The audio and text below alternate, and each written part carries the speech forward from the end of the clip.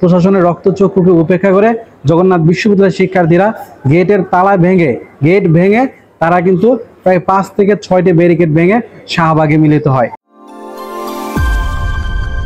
জগন্নাথ বিশ্ববিদ্যালয়ের আন্দোলনটি আমরা ওভারঅল সারা বাংলাদেশের বাস্তবতায় আমরা আন্দোলনটির নাম দিয়েছি জুলাই আন্দোলন, কিন্তু আসলে আন্দোলনটি জুলাই শুরু হয়নি।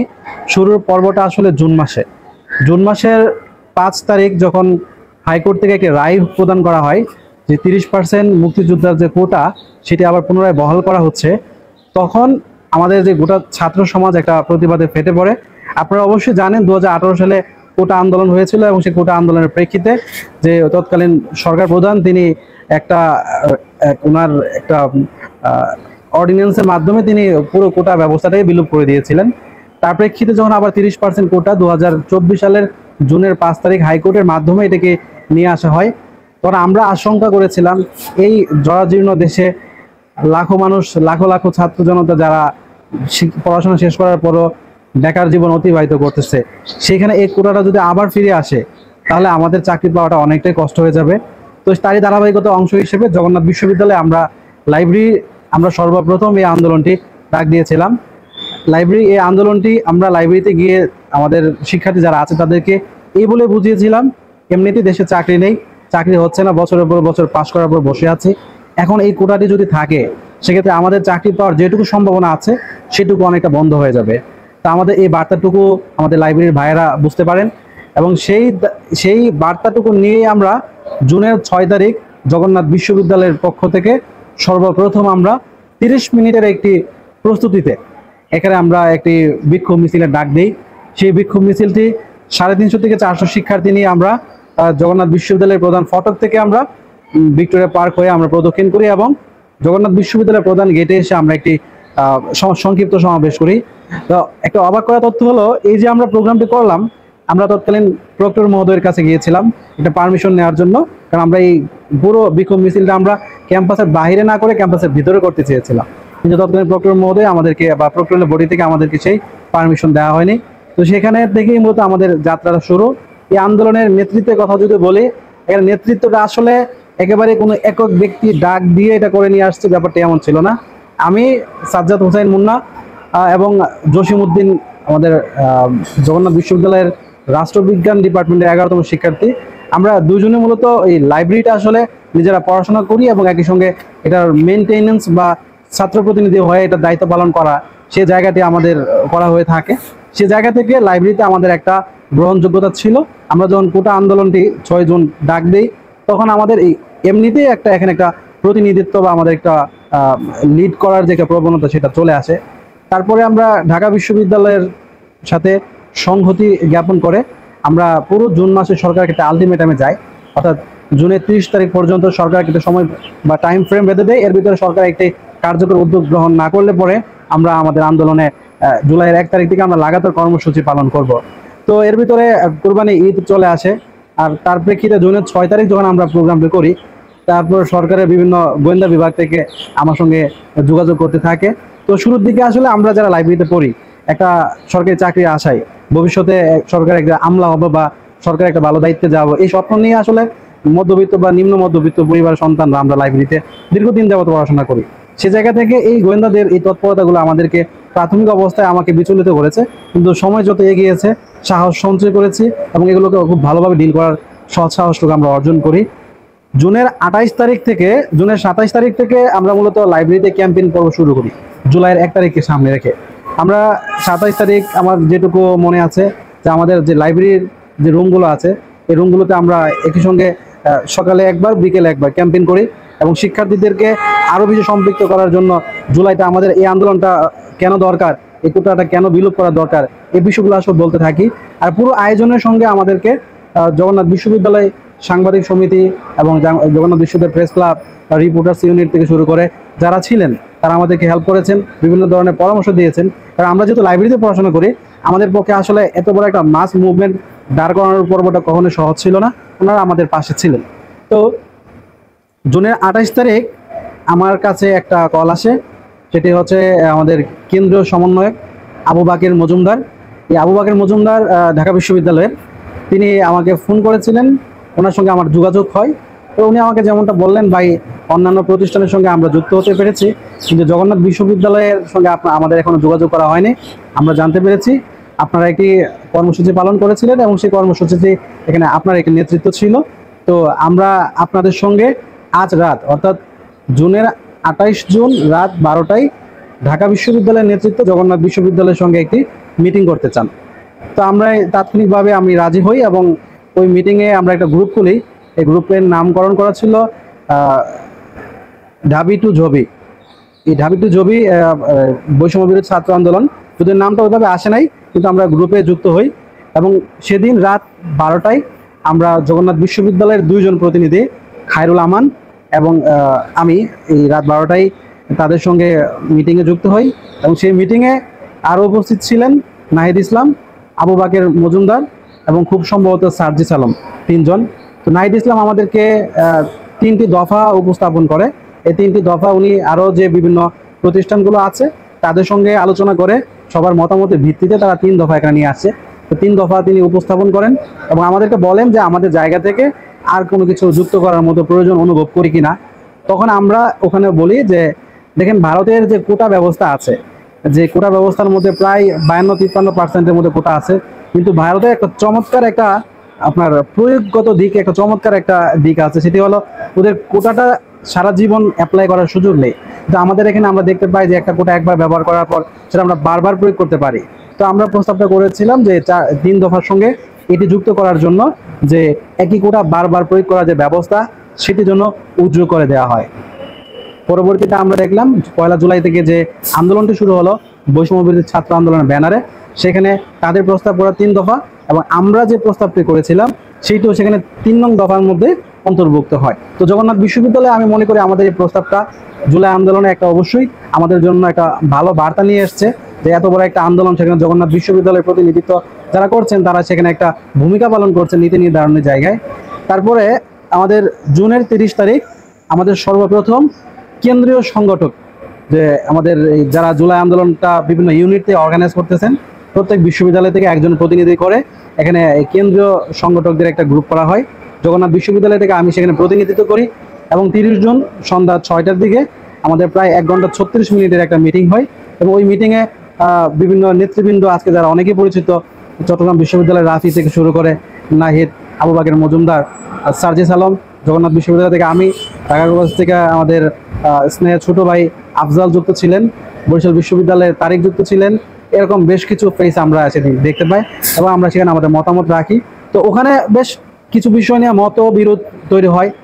যেমন ধরেন, আমরা প্রত্যেকে যেহেতু আবার তারপরের দিন ঠিক 1 জুলাই আমরা একটি কর্মসূচি পালনে যাচ্ছি অভিন্ন একটা দাবি নিয়ে, সে জায়গা থেকে আমাদের নীতি নির্ধারণের জায়গা থেকে একটা সিদ্ধান্ত হয়, আমরা যে সংস্কারটা চাচ্ছি যে সংস্কারটা সকল ইউনিট যেন একই একটা রেশিও বলি, সেটা যত হোক এটা আমরা উপস্থাপন করার জন্য।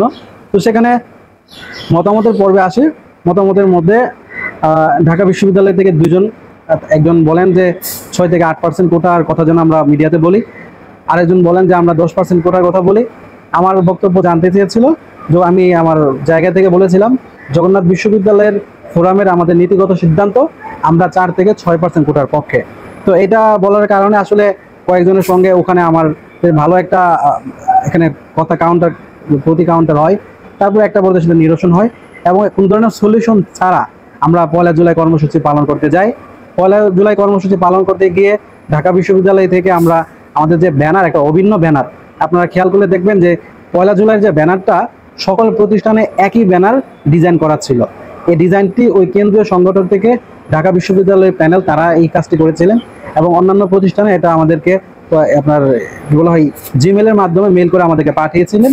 আমাদের জগন্নাথ বিশ্ববিদ্যালয়ের প্রোগ্রাম সামগ্রিক আলোচনা শেষ করে আসলে সামনের দিকে আমরা আগামীকালের কর্মসূচি রূপরেখা তৈরি করতে করতে আমাদের অনেক রাত হয়ে যায়, যে কারণে আমাদের ব্যানারটি করার মতো সুযোগ পায়নি। নাহিদ ইসলাম আজকে যিনি জাতীয় নাগরিক পার্টির আহ্বায়ক, ওনার সঙ্গে আমি কথা বলার পরে উনি ওনাদের ব্যানারের সঙ্গে আমাদের ব্যানারটি যুক্ত করে জগন্নাথ বিশ্ববিদ্যালয়কে এটি প্রদান করেন। আমাদের প্রতিনিধিরা গিয়ে টিএসসি থেকে তিনি ব্যানারটি রিসিভ করেন। যাই হোক, তো 1 জুলাই আমরা কর্মসূচি পালন করি। আমাদের প্রোগ্রামটা 1 জুলাই অন্যান্য প্রতিষ্ঠানের তুলনায় 30 মিনিট আগে হয়। আমরা প্রোগ্রাম রেখেছিলাম সকাল 10:30টায়, ঢাকা বিশ্ববিদ্যালয়ের প্রোগ্রাম রেখেছিল সকাল 11টায়। তো সেদিন বৃষ্টি ছিল, জগন্নাথ বিশ্ববিদ্যালয় লাইব্রেরি থেকে আমরা প্রোগ্রামটি ডাকি এবং সেখান থেকে সকালবেলা আমাদের কাঁঠালতলা যে জুলাই আন্দোলনের জগন্নাথ বিশ্ববিদ্যালয়ের মূল প্ল্যাটফর্ম বা মূল সেতু যেখানে রচিত হয়েছিল, আমরা সকল ছাত্র সমাজের যে একটা ঐক্যবদ্ধ মেলবন্ধন যে চত্বরটিকে ঘিরে গড়ে ওঠে, সেটি আমাদের কাঁঠালতলা। সেই কাঁঠালতলা থেকে আমরা মিছিলটি পুরো ক্যাম্পাস প্রদক্ষিণ করে আমরা ভিক্টোরিয়া পার্ক হয়ে কবি নজরুলের সামনে দিয়ে আমরা বাংলা বাজার মোড় পর্যন্ত সেখানে আমরা যাই এবং সেখানে গিয়ে আমরা আমাদের রফিক ভবনের নিচে এসে একটি সংক্ষিপ্ত সমাবেশ করি এবং সংক্ষিপ্ত সমাবেশের মধ্যে আমাদের যে চার দফা নিয়ে জুলাই আন্দোলন শুরু, সেই 4 দফা নিয়ে আসলে আমাদের ওখানে আমি সাজ্জাদ হোসেন মুন্না সেখানে এটা ঘোষণা করি। তো জুলাই আন্দোলনের প্রথম দিনটা আমাদের এভাবে গিয়েছে। মিশ্র অভিজ্ঞতা বা নতুন অভিজ্ঞতার মধ্যে যদি বলি, তাহলে ওইখানে বিভিন্ন সাংবাদিকদের সঙ্গে ডিল করা বা গোয়েন্দা বিভাগকে ডিল করা, এবং গোয়েন্দা বিভাগের জায়গা থেকে যে খুব ওই সময়টাতে শুরুর দিকে খুব প্রেশার করতেছিল ব্যাপারটা এমন না, যোগাযোগ করছিল, ফোন দিচ্ছিল। এটা সাধারণ শিক্ষার্থীর জায়গা থেকে যথেষ্ট প্যানিক হওয়ার মতো একটা বিষয় ছিল। তারপরে এখানে রাতে টকশোতে যুক্ত হওয়া। তো সামগ্রিকভাবে আমাদের 1 জুলাইয়ের পর্বটি যায়। জুলাইয়ের 2 তারিখ আমরা আবারও বিক্ষোভ মিছিল বের করি। 2 তারিখ বের করার পরে সেদিনও আমরা আমাদের ক্যাম্পাসে প্রদক্ষিণ করে আমাদের ভিক্টোরিয়া পার্ক হয়ে এবং আমাদের ভিক্টোরিয়া পার্কের পাদদেশে আমরা সেখানে একটি বিক্ষোভ সংক্ষিপ্ত সমাবেশ করি। পরবর্তীতে ক্যাম্পাসে গেটে এসে আমরা আরেকটি সমাবেশ করি এবং সেখানেও আমাদের যে দাবি, জগন্নাথ বিশ্ববিদ্যালয়ের দাবি, এবং এই দাবির পক্ষে আমাদের যুক্তি উপস্থাপন করি। জুলাইয়ের 3 তারিখ আমরা আরেকটু ফরওয়ার্ডে গিয়ে জগন্নাথ বিশ্ববিদ্যালয়ের আন্দোলনটাকে সামনের দিকে নিয়ে যাই। কেননা প্রথম 2 দিনের যে আন্দোলন, সেখানে লাইব্রেরির শিক্ষার্থীদের বাইরে থেকে কাউকে আমরা যুক্ত করতে পারিনি। 300-400 শিক্ষার্থী যারা ছিল সবাই লাইব্রেরির শিক্ষার্থী ছিল। তো 3 তারিখ থেকে আস্তে আস্তে, যেহেতু আমাদের এখানে হল ব্যবস্থা নেই, যে মেসের যারা থাকে তারা ধীরে ধীরে তারা এটা উপলব্ধি করতে থাকে, তারা আমাদের সঙ্গে যুক্ত হতে থাকে এবং সেখান থেকে আমরা 3 তারিখ আমরা রাইসা বাজার পার হয়ে জগন্নাথ বিশ্ববিদ্যালয়ের অতীতের আন্দোলনের যে জায়গাটিতে আসলে হয়ে থাকে, সেটি আমাদের তাঁতিবাজার মোড়, এই জায়গাটিতে আমরা অবস্থান করি। তো তারপরে 4 তারিখ যে রায়টা আসে, রায়টা আমাদেরকে আসলে সন্তুষ্ট করতে পারেনি। আমরা ভেবেছিলাম হাইকোর্ট থেকে জায়রা আসুক, সরকার একটা উদ্যোগ নেওয়ার পর আমাদের পক্ষে অবস্থান করবে, কিন্তু হাইকোর্টের 4 তারিখে রায়ে আমরা দেখলাম সেখানে এটা আমাদের বিপক্ষে গিয়েছে এবং আমাদের যে প্রধান বিচারপতি, ওনার যে বক্তব্য, এই বক্তব্য ছাত্র সমাজের আন্দোলনকে ভৎসনা করেছে। ফলে আমাদের ছাত্র সমাজের মধ্যে এই যে সরকারের প্রতি যে একটা বিরূপ মনোভাব, সেটা আস্তে আস্তে গ্রো করতে থাকে। আর এখানে আমরা সরকারের 1 জুলাই থেকে আন্দোলনগুলোর অনেকগুলো স্লোগান যুক্ত হলেও ঠিক 4 তারিখের রায়ের পর থেকে স্লোগানগুলো পরিবর্তন হতে থাকে। তার প্রেক্ষিতে আমরা 6 তারিখ প্রোগ্রাম করি। আমাদের পরে 8 তারিখে আমাদের 0 পয়েন্টে অবস্থান কর্মসূচি, টানা 3 দিন, 8 তারিখ, 9 তারিখ এবং 10 তারিখ 0 পয়েন্টে অবস্থান করি।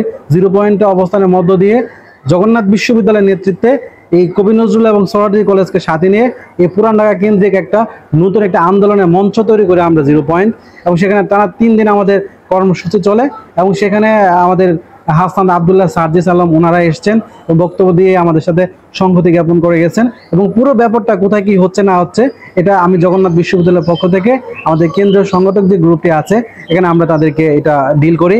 তো তার পরবর্তীতে আসে আমাদের 11 জুলাই আন্দোলনে জগন্নাথ বিশ্ববিদ্যালয়ের পাশাপাশি সারা বাংলাদেশে একটা ভিন্ন রূপ ধারণ করে। কারণ ওই দিন 11 জুলাই সরকারের মদদে আইন শৃঙ্খলা বাহিনীকে দিয়ে বিভিন্ন ইউনিটগুলোকে এখানে রাস্তা থেকে তাদেরকে দমানোর জন্য তারা অবস্থান নেয় এবং পুলিশ অ্যাকশনে যায়। তো সেখানে আমাদেরকে ওই 11 জুলাইয়ের পরে ঠিক 12 তারিখ এবং 13 তারিখ শিক্ষক নিবন্ধনে 2টি রিটেন এক্সাম ছিল, 12 তারিখ স্কুলের এবং 13 তারিখ কলেজের। তো এজন্য আমাদের লাইব্রেরির অনেক শিক্ষার্থী আসলে ওই 2টা পরীক্ষা কেন্দ্র করে 11 জুলাই ব্যস্ত ছিল। আমাদের জায়গা থেকে আমাদেরও পরীক্ষা ছিল, কিন্তু আমরাও ব্যস্ত ছিলাম।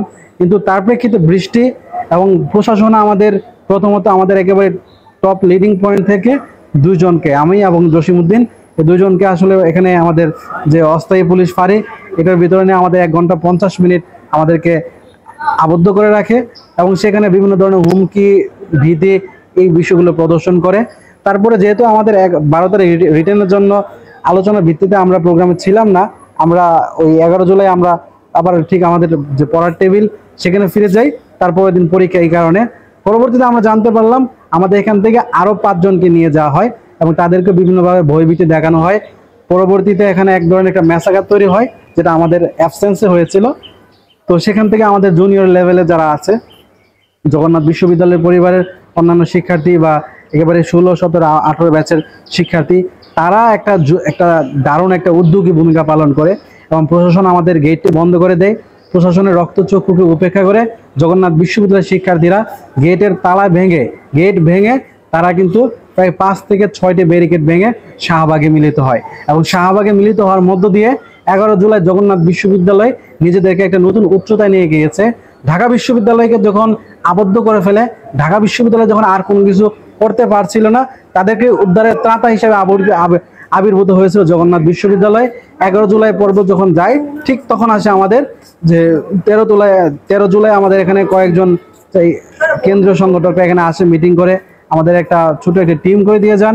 তার পরবর্তীতে আমাদের 14 জুলাই রাষ্ট্রপতির কাছে যে স্মারকলিপি, সেই স্মারকলিপি প্রদান করতে গিয়ে জগন্নাথ বিশ্ববিদ্যালয়ের ইতিহাসে সম্ভবত বড় একটি মুভমেন্ট নিয়ে, মিছিল নিয়ে আমাদের শিক্ষার্থীরা শাহবাগ যান। শাহবাগের পরে রাষ্ট্রপতির কার্যালয় পর্যন্ত যান। আর 15 জুলাই যে ঘটনা ঘটে বাংলাদেশের ইতিহাসে, এটা একটি ন্যাক্কারজনক ঘটনা।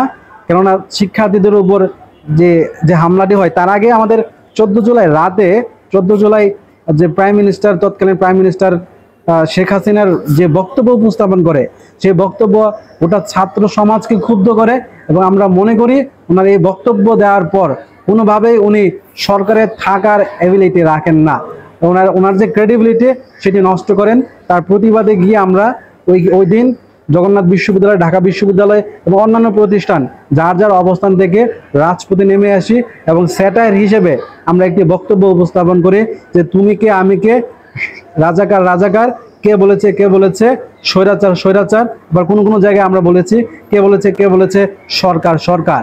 তো তার প্রেক্ষিতে 15 জুলাই আসে এবং ঢাকা বিশ্ববিদ্যালয়ে যে ন্যাক্কারজনক হামলা সেটি আপনারা দেখেছেন। সেই ন্যাক্কারজনক হামলার পরে আসলে আমাদের পেছনে ফিরে আসার কোনো সুযোগ ছিল না।